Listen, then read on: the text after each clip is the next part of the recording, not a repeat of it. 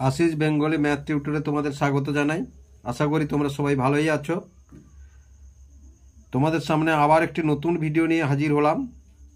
আজকের কোর্স আমরা ক্লাস 6-এর নিজে করি 10.3 এবং 10.4 পৃষ্ঠা নম্বর 119 এবং 120। অঙ্কগুলি যদি ভালো লেগে থাকে অবশ্যই ভিডিওটিকে লাইক এবং বন্ধুদের মধ্যে অনেক অনেক শেয়ার করবে ও চ্যানেলটিকে অবশ্যই সাবস্ক্রাইব করবে নতুন নতুন অঙ্ক পেতে। তাহলে নিজে করি 10.3-তে কি আছে দেখো, নিচের শুদ্ধ আবৃত দশমিক সংখ্যাকে সামান্য ভগ্নাংশে প্রকাশ করি। তাহলে দেখো 0.5 পৌনঃপুনিক, এটি একটি শুদ্ধ, যেহেতু দশমিক বিন্দুর পরে অঙ্কেতে পৌনঃপুনিক আছে সুতরাং এটি একটি শুদ্ধ আবৃত দশমিক। এটা থেকে ভগ্নাংশে যেতে হলে আমরা কি করব না, দেখো দশমিক বিন্দু দিয়ে শুধু তুলে দিয়ে শুধু 5 বসাবো লবে, এবং হরের ঘরে কি বসাবো না, দেখো একটা সংখ্যার উপরে পৌনঃপুনিক আছে সুতরাং একটি 9 বসাবো। কটি 9 বসাবো? একটি 9 বসাবো। এটি আমাদের অ্যান্সার হয়ে গেল। দেখো এটি খুব সহজ।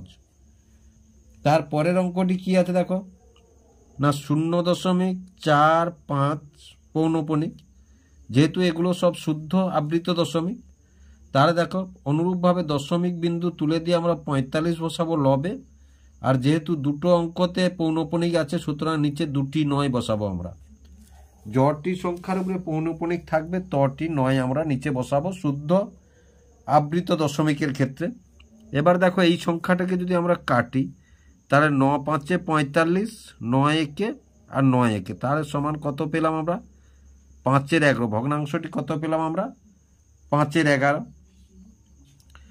তাহলে দেখো উল্টে যদি তোমাদেরকে দেখো, আমি যদি এইটা দেখাই তোমাদেরকে, দেখো একটু দেখিয়ে দিই দেখো তোমাদেরকে। তাহলে 5কে যদি আমরা 11 দিয়ে ভাগ করি তাহলে দেখো, তাহলে 0 দিয়ে একটা 0, তাহলে 11×4 = 44। তাহলে 10 থেকে 4 গেলে কত? 6, 0, 11×5 = 55, তাহলে 10 থেকে 5 গেলে 5, 0, আবার 11×4 = 44, তাহলে 10 থেকে 4 গেলে 6, 0, আবার 11×5 দেখো এসছে। তাহলে 0 দেখো, তাহলে 0.45 পৌনঃপুনিক এসছে। নিশ্চয়ই তোমরা বুঝতে পারছো, তোমাদের বোঝানোর জন্য আমি এটা দেখালাম। তারপরের অঙ্কটি কি আছে না, 0.53 পৌনঃপুনিক, তাহলে সমান দশমিক বিন্দু আর পৌনঃপুনিক তুলে দিয়ে দুটো অঙ্কতে আছে সুতরাং নিচে দুটো 9 দেব। এটা কাটাকাটি হবে না সুতরাং এভাবেই থেকে যাবে। ভগ্নাংশটি এটাই হলো আমাদের অ্যান্সার।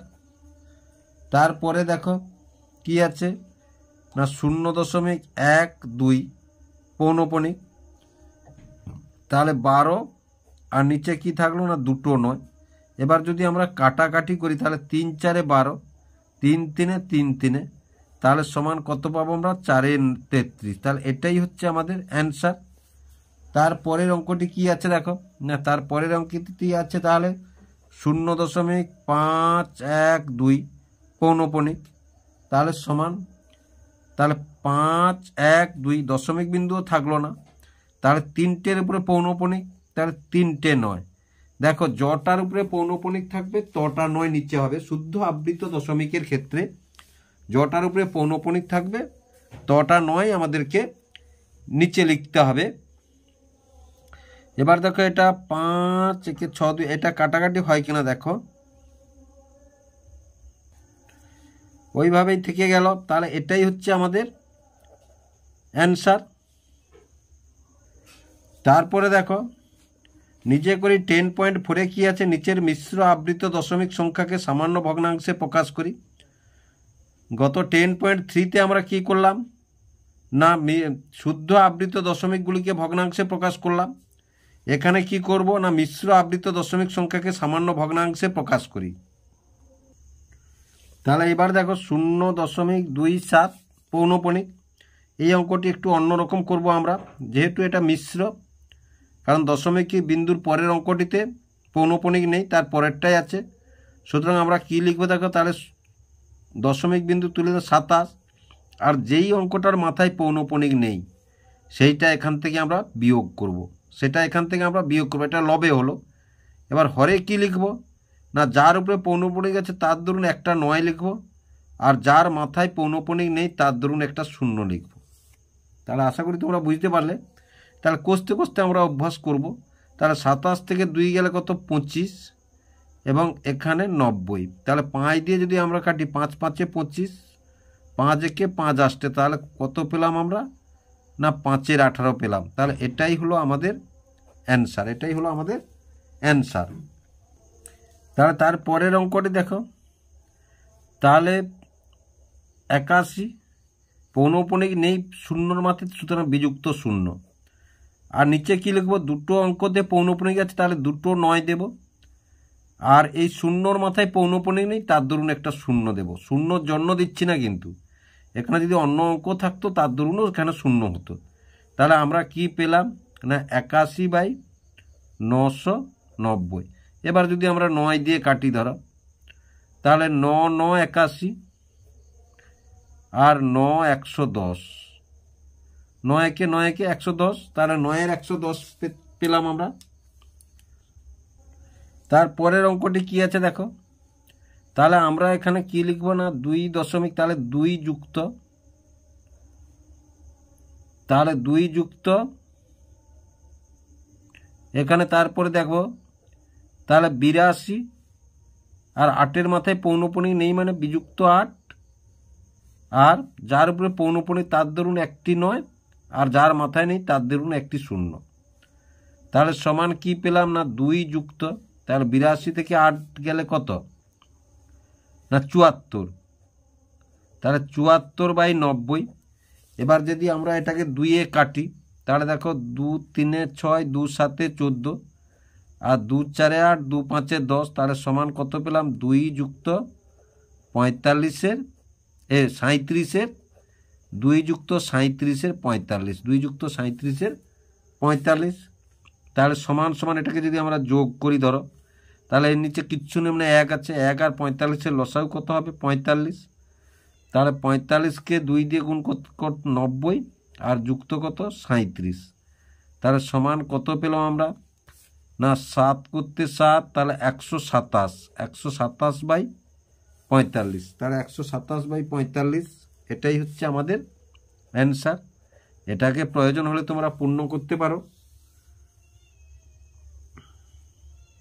তারপরের মিশ্র আবৃত দশমিকটি দেখো। তাহলে আমরা কি লিখব? না 2 7 2 দশমিক তুলে দিয়ে, এবং বিযুক্ত কোনটা করব? যার মাথায় পৌনঃপুনিক নেই। তাহলে বিযুক্ত 2, আর নিচে এই দুটোই পৌনঃপুনিক আছে মানে দুটো 9, আর যার মাথায় তার দরুন একটি 0 নিলাম। তাহলে সমান কি পেলাম?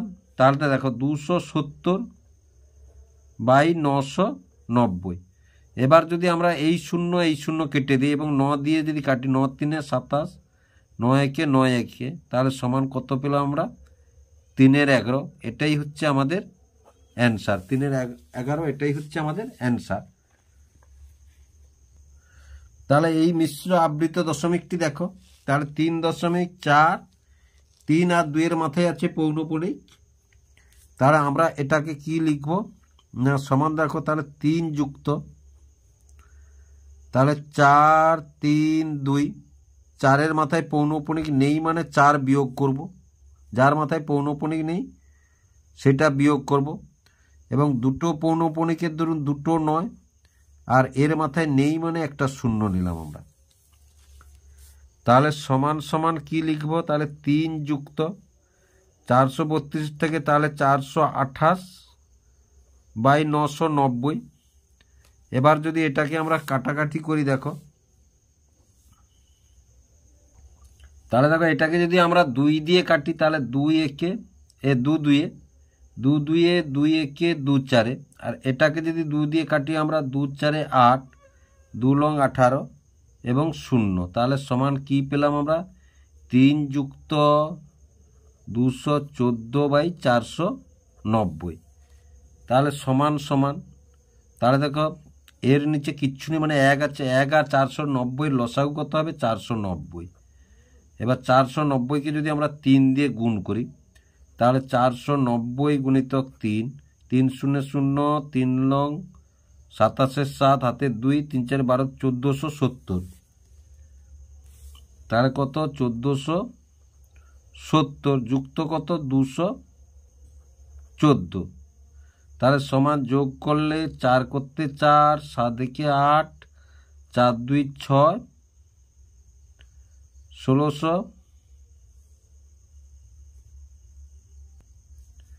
2 4 8, এটা 5, এটা 5, তাহলে 5, তাহলে 5 দিয়ে গুণ করলে 3 5 15, হাতে 1, 3 লং 27 একে 28, 3 4 1485।